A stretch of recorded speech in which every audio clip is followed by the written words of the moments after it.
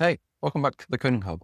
In this video, I'm going to talk about something that many developers struggle with, which is the fact that we never quite know what to build.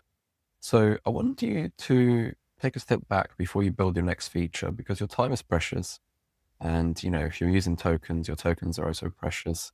So yeah, take a step back and let's see how we can decide what features to work on next.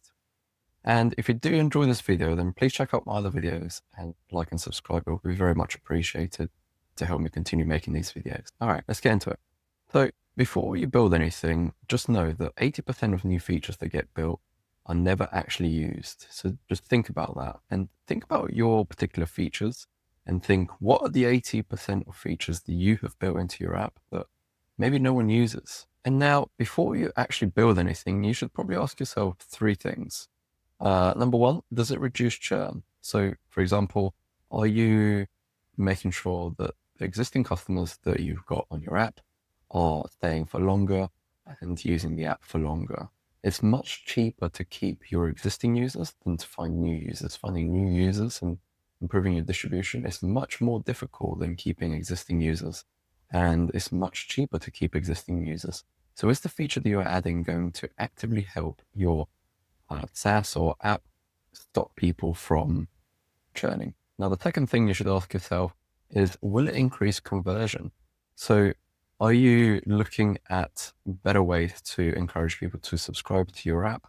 In which case, this is a feature that people have either been asking for or you can see them needing it. And thirdly, is this just a fun feature? Are you adding something that adds absolutely no value? Are you adding a dark mode into your application? Are you changing the logo for the 50th time? Make sure it is something that you actually need, and it's not just something that you feel passionately about, or that is something that is just, you're doing for fun. Unless it's something that has learning potential, if it's something that you're going to learn from that you can use in another project, then that's probably good. So yeah, just make sure that's something that's actually useful for your application and not just something fun that you want to work on that won't actually benefit anyone. And just remember, features are things that your users are actively asking for. So ensure that they are things that they actually need, and they will help your application have better retention, reduce churn, and increase your conversion. Those are the most important things.